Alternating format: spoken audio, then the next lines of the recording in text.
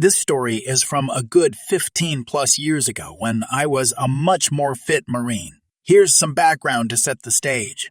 I graduated high school in 2001 and decided the best way to pay for college and get the F away from my family was to go to the military. Being young and dumb, I decided that if I was going to do it, I might as well do it right, so I joined the Marines. Well, I started the boot camp in August of 2001. 9/11 happened about a month after I got there. My time in was filled with a bunch of stupid stories about people trying to flex their rank on us lowly junior enlisted folks. I'm sure I have a bunch of other MC, but the one below stuck with me. On to the MC. In boot camp, we were issued, I think, 4 or 5 sets of camouflage uniforms. After that, we had a measly $100 or so a year for a uniform stipend. Well, 1 or 2 years into my enlistment, the Marines decided to go high-speed with new digital print camo and Swede leather boots. I think the first set of green and desert were provided, but we were expected to pay for anything else out of our stipend.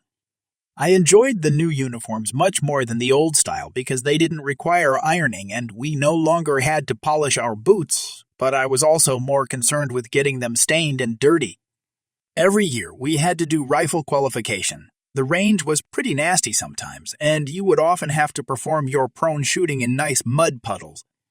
I would always pull out my old camis and iron them and polish my old jungle boots each year before going to the range. Not a big deal for the first few years.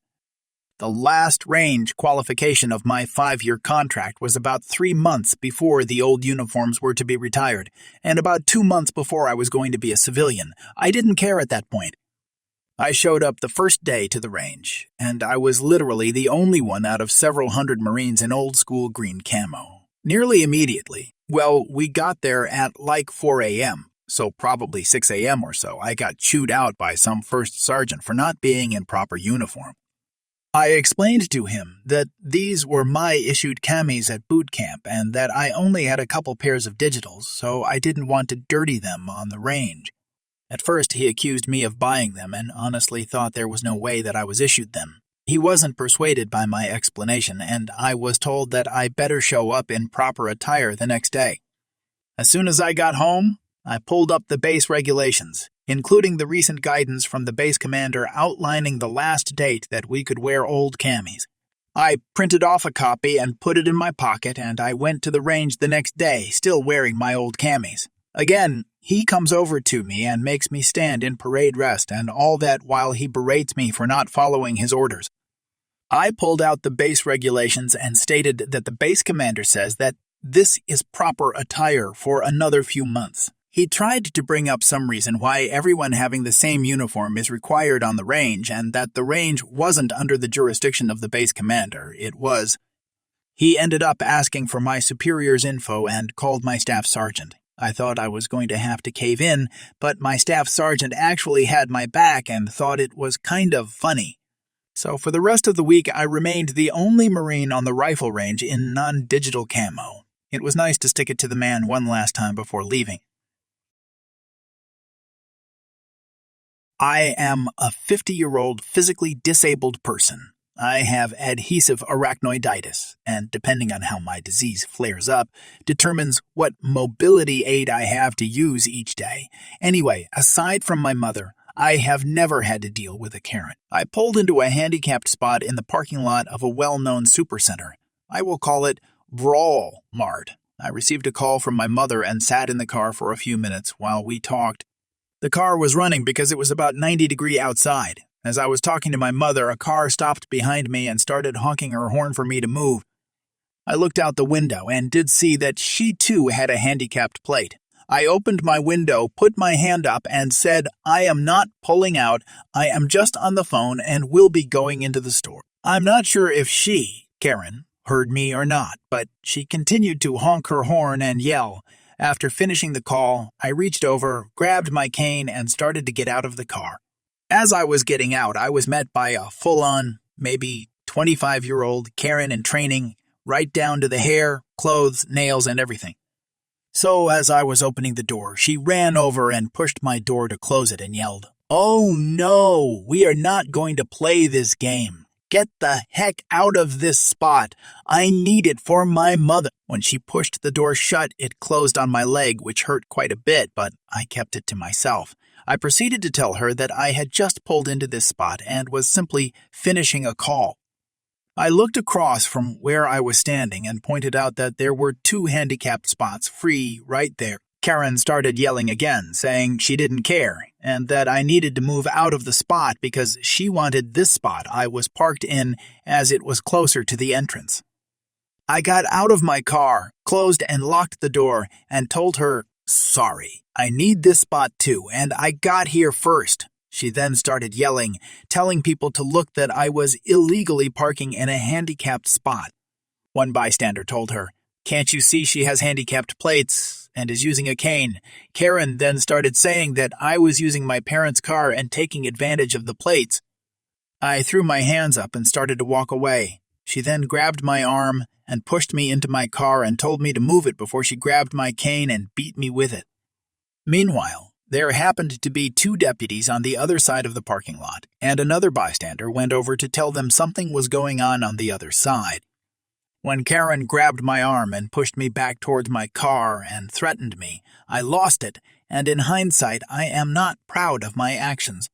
I may be 50 and disabled, but I will be damned if someone was going to push me around, especially this little girl.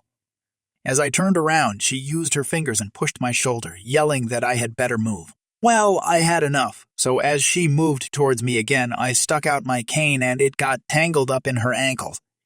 Karen then went down and hard. She cut her knees and scraped her hands from the fall. Karen started screaming for someone to call the police because I just assaulted her, and just at that moment, Deputy 1 and 2 that were on the other side of the parking lot got there, just as I tripped Karen up with my cane. I thought to myself, just great, now I am going to get arrested. Karen limped over to the deputies, crying and saying her leg was broken because I attacked her for no reason at all. She claimed I got out of my car, ran up to her, and just pushed her for no reason. Karen told them to arrest me this instant because she was pressing charges. Deputy 1 came over to me, asked for my ID, and asked me to tell him my side of the story, so I started to tell him. As I was telling the Deputy 1, Karen was yelling that I was lying, and she wanted me in handcuffs right now. As this exchange was going on between Karen, Deputy 1, and me, the bystander who went to get the officers, maybe 16, walked up to Deputy 2 and was showing him something. Deputy 2 then walked over to Karen and me and said, "Would you like to press charges, ma'am?" I resigned myself to the fact that I would be spending at least a couple hours in jail. Karen answered the deputy and said yes, she did. Deputy 2 quickly stopped her and said, "I wasn't talking to you." He then looked at me and proceeded to tell me that the bystander recorded the entire incident on her phone, and it was clear that Karen assaulted me, and I was just defending myself.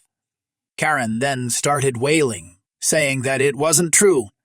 Now, through all this, Karen's wheelchair-bound mother was sitting in the car, crying her eyes out, and to my horror, the car was off, windows were closed, and she was unable to get out of the car, and like I said, it was 90-degree outside.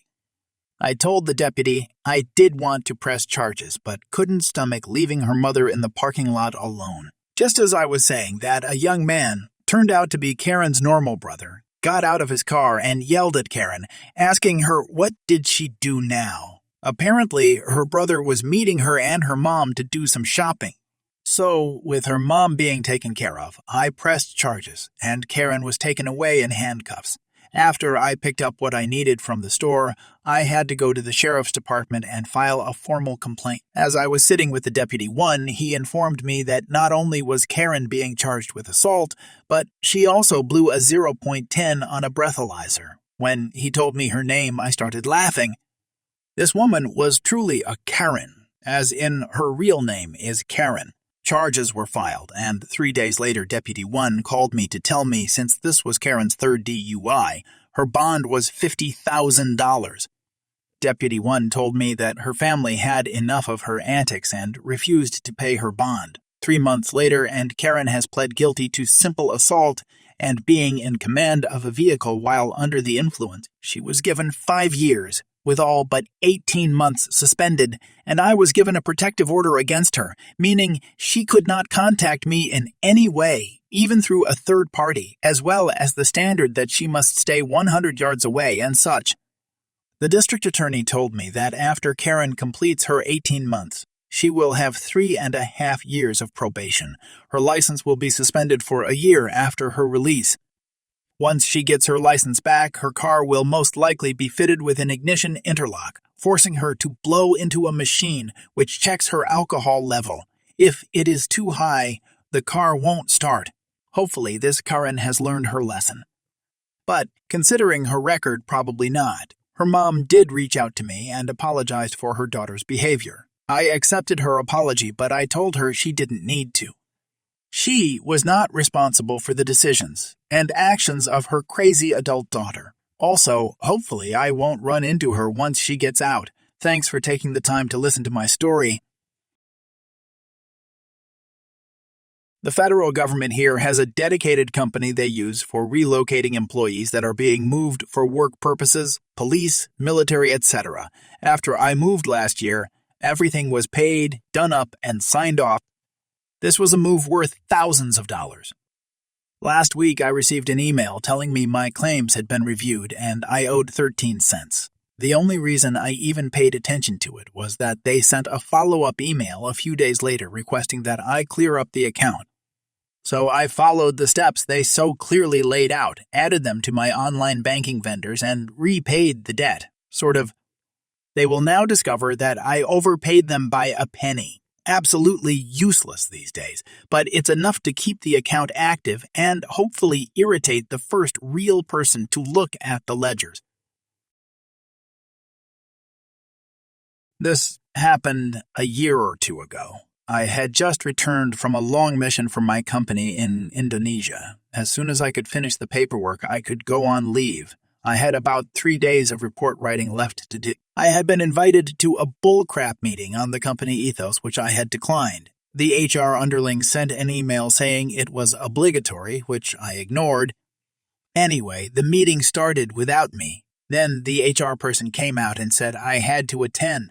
PowerPoint display went on and on, company, ethos, other stuff, and then HR. What to do if you are offered a bribe, which made me smile. Anyway, what's funny, HR? Oh, nothing. Me. No, go on, HR. So I asked her if we were supposed to offer incentives in order to complete missions. Never, if you remember the PowerPoint we just worked through. HR. So I quickly copy-pasted a section of my WhatsApp conversation with the missions officer, about 4 levels above HR underling, and sent it to HR underling's email. I just sent you something, me. She opened it and began to read. Missions manager was a sound guy who understands that in some countries a little cash is only way to make things function. Anyway, the email stated the case. I had hire car, but I didn't have access to a driver all the time, and I was stuck in a hotel all weekend. Theoretically, you can use your home driving license to obtain an Indonesian driving license, and it should be straightforward. In reality, they see it as an opportunity to make some money and will happily make you wait a year and do a driving test, unless you give a fat wad of banknotes in an envelope about $130, but it's a lot to them. The manager said, fine. I asked him, how can I put it through expenses? Team building exercise. Make a fake receipt. Missions manager. Which I did. 4 steak dinners with wine and loads of beer. I printed it out, screwed it up, and then scanned it. It looked legit. Manager wrote, looks good to me. Approved. She was reading this on her laptop, but it was shared with the 70 screen behind her. She looked up and everyone was smiling. Okay, we'll break for coffee. HR, underling. I didn't come back. She didn't come looking for me. I went on vacation 2 days later.